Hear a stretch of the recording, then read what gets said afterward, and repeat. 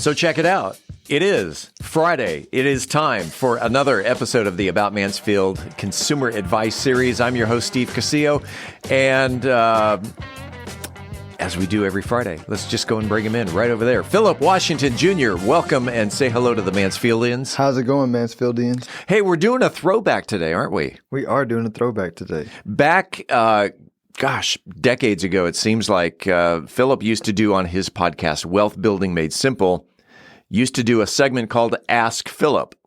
And today, Phillip is addressing questions that have been submitted by his followers. Yes. Yeah. So what do you say we just jump right into it? Let's just jump right in.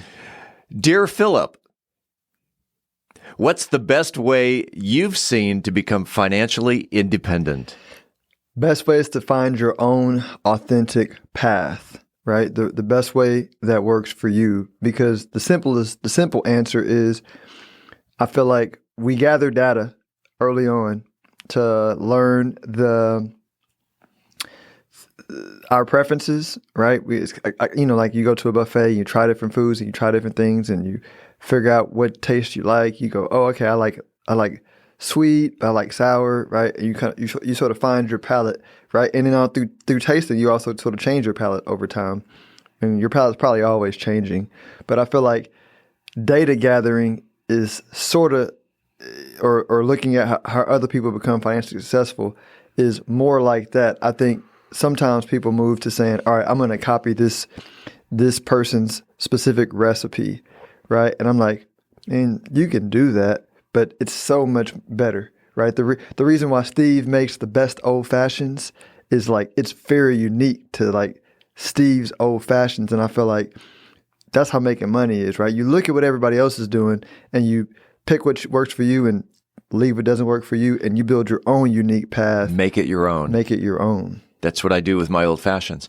By the way, this was really cool because, not only do I make a good cocktail, but I love to cook.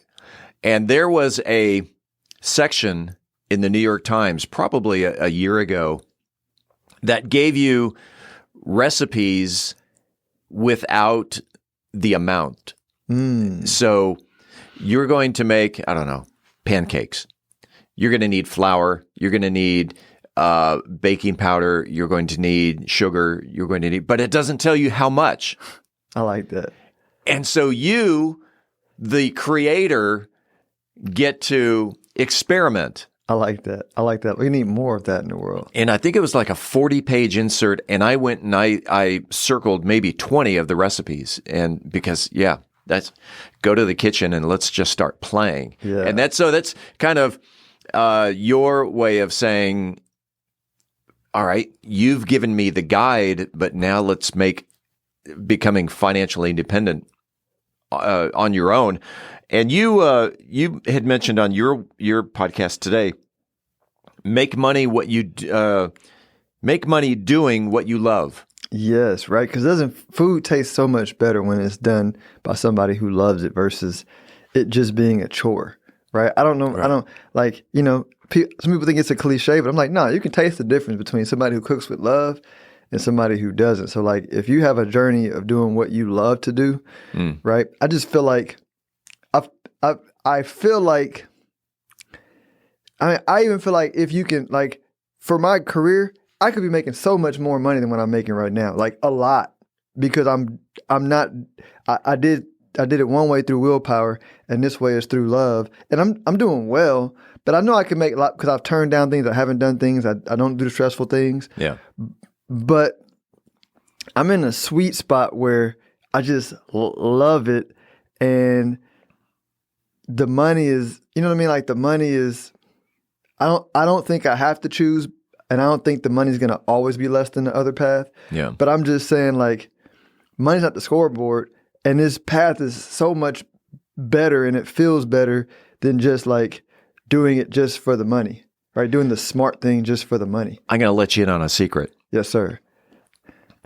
I really don't like taking vacations because I love what I do. I get to come to the studio. I look at the studio literally as my playground. And is it a vacation to come here? No, it's work, but it's work that I love. And when someone says, you need to take a break, it's like, I don't want to take a break. I love what I do. Yeah, that's a good feeling, right? Oh, yeah, yeah. Although I will be taking a break in April, and I will be taking another break in June. But it's almost it's like a disruption of what you enjoy doing. And anyway, we've already spent 6 minutes on just one topic, so we gotta move ahead. Phillip, dear Phillip, how do I get a hold of my budget? By validating yourself. So that's the fast answer. Once you learn to validate yourself, which is hard for all of us, right? Because it creeps up. Like I like to pride myself on being super self-confident and not caring what other people think. But like to be a human, like you sort of got to care what some people think, and it creeps up on you. But and so it's subtle. It's basically saying, all right, cool. Like I'm happy because I'm happy. I'm happy because I want to be happy, right? Things I buy don't make me happy. And once you get to that place, then you can make your expenses fit within your income with any system, because you don't feel the need to buy things right? You might buy certain cars because you think that's what people in my neighborhood, the kind of cars they drive, right? So I'm getting out of this, don't worry, be happy. Perfect way to summarize it. Don't worry, be happy. Dear Phillip, what is the value that backs Bitcoin? Belief. Belief. That's the value that backs everything. Okay. Does belief back the dollar? Belief backs the dollar? Yep, because it ain't backed by nothing but belief. If you understood how the system really worked, it's 100% belief, right? Even gold. People say, well, gold. I mean, like, what backs gold? Belief, right? Beads. And like we were talking about this during Mardi Gras season. I was like, beads. Mardi Gras is heavily African influenced, and beads used to be a money. The way that some African villages had as currency, it was these special beads they made that was hard to make, right? And then some colonizers came in there and figured out how to make the beads with technology and flooded their market with inflation and that whatever. But beads used to be a form. So money's like whatever we believe it to be. Like we buy into the beliefs of the system, and then we think it's more complicated than what it is, but it's just belief. There you go. Dear Phillip, what are some of the best investment opportunities that you see?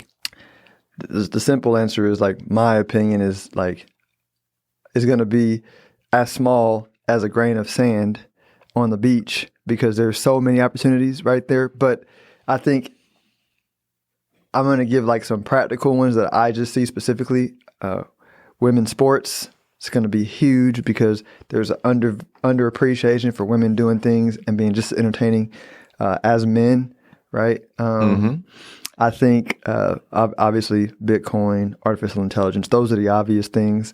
I think investing in rural communities outside of big cities is going to be big because of the independent, being able to work from home, right? And also Bitcoin miners setting up shop and making investing in these rural areas more palatable for developers.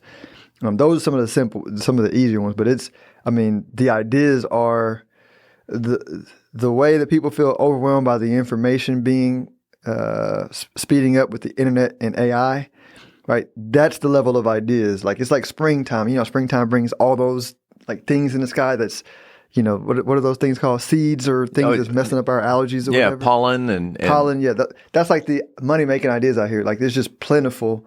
And like, you got to get infected by as many of them as you can so that you can, make some money. You know what I'm seeing a lot on TV right now? Sports betting. That's big. That is huge. Yeah. That huge. You no longer have to go to WinStar or Las Vegas to place a bet. Yeah. And they're like, they're creating sports to like better. They're creating this. Can you bet on pickleball now? I'm positive that if you can just find two people who want to place the bets, then somebody's going to figure out a way to because the technology is easy. It's scalable. Amazing. Should we do one more? Yes. All right. Dear Phillip, why do you spend so much time talking about emotional intelligence as a wealth manager? That's a great question. That's why I'm the host. We believe as humans that we're more rational than what we are. And I would argue we're 100% emotional, right? We build these models of the world that says, oh, this is how things are supposed to work because human beings are rational. I've never met a rational human being. You know what I mean? Like, especially people are, just look at how we do politics or look at how we do everything, right? Everything is like emotional. And the path of humanity is finding a way to always feel better. Like we're trying to just find ways to feel better and better and better and better. Everything that we do is some desire to feel better. And so I'm a wealth manager and people want to become wealthy because they want to feel better.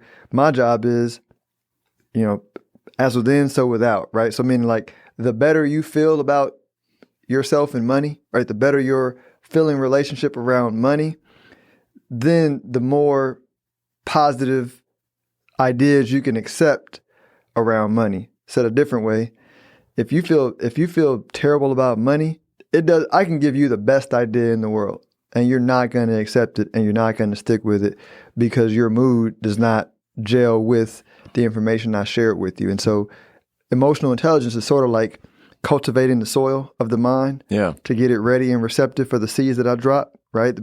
One of my favorite Bible verses is the story of the sower, right? Sowed seeds in different places. Some fell on rocky places. Some fell on thorny places. Some got burnt up by the sun. Matthew 7. Oh, man.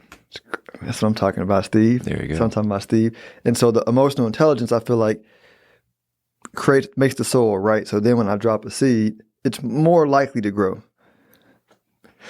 If someone wanted to reach out, this is another 10-minute nugget of information. And really, before we get into contact, it's all about attitude. Whether are you an optimist or are you a pessimist?